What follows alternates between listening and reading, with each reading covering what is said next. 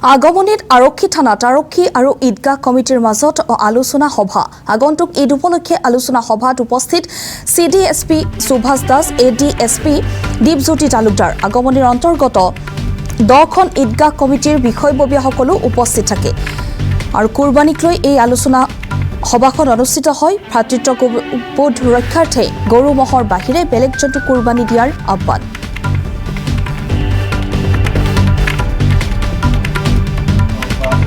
আমি অত্র অঞ্চলের সমূহ ঈদগাহ আর মসজিদ কমিটিয়ে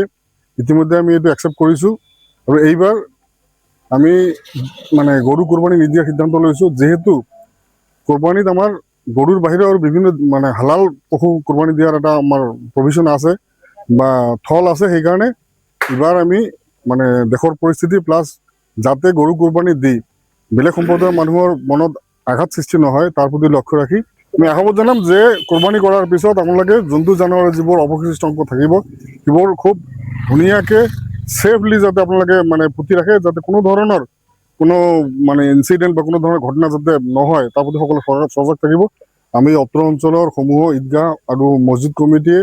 ইতিমধ্যে আমি এইটো একসেপ্ট কৰিছো আৰু এইবাৰ আমি মানে গরু কোরবানি নিদিয়ার সিদ্ধান্ত লৈছো, যেহেতু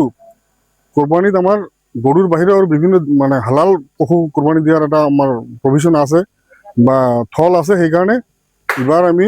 মানে দেশৰ পৰিস্থিতি প্লাস যাতে গৰু কোৰবানি দি বেলেগ সম্প্ৰদায়েৰ মানুহৰ মনত আঘাত সৃষ্টি নহয় তাৰ প্ৰতি লক্ষ্য ৰাখি আমি আহ্বান জানাম যে কোৰবানি কৰাৰ পিছত আপোনালোকে যোনটো জানোৱাৰৰ যিবোৰ অৱশিষ্ট অংশ থাকিব সেইবোৰ খুব ধুনীয়াকৈ সেফলি যাতে আপোনালোকে মানে পুতি ৰাখে, যাতে কোনো ধৰণৰ কোনো মানে ইনসিডেন্ট বা কোনো ধৰণৰ ঘটনা যাতে নহয় তাৰ প্ৰতি সকলো সজাগ থাকিব। আমি অত্ৰ অঞ্চলৰ সমূহ ঈদগাহ আৰু মসজিদ কমিটিয়ে ইতিমধ্যে আমি এইটো একসেপ্ট কৰিছো আৰু এইবাৰ আমি মানে গরু কোরবানি নিদিয়ার সিদ্ধান্ত লৈছো, যেহেতু কোরবানিত আমার গরুর বাহিরে আর বিভিন্ন মানে হালাল পশু কোরবানি দিয়ার একটা আমার প্রভিশন আছে বা থল আছে। সেইকাৰণে এবাৰ আমি মানে দেশৰ পৰিস্থিতি প্লাস যাতে গৰু কোৰবানি দি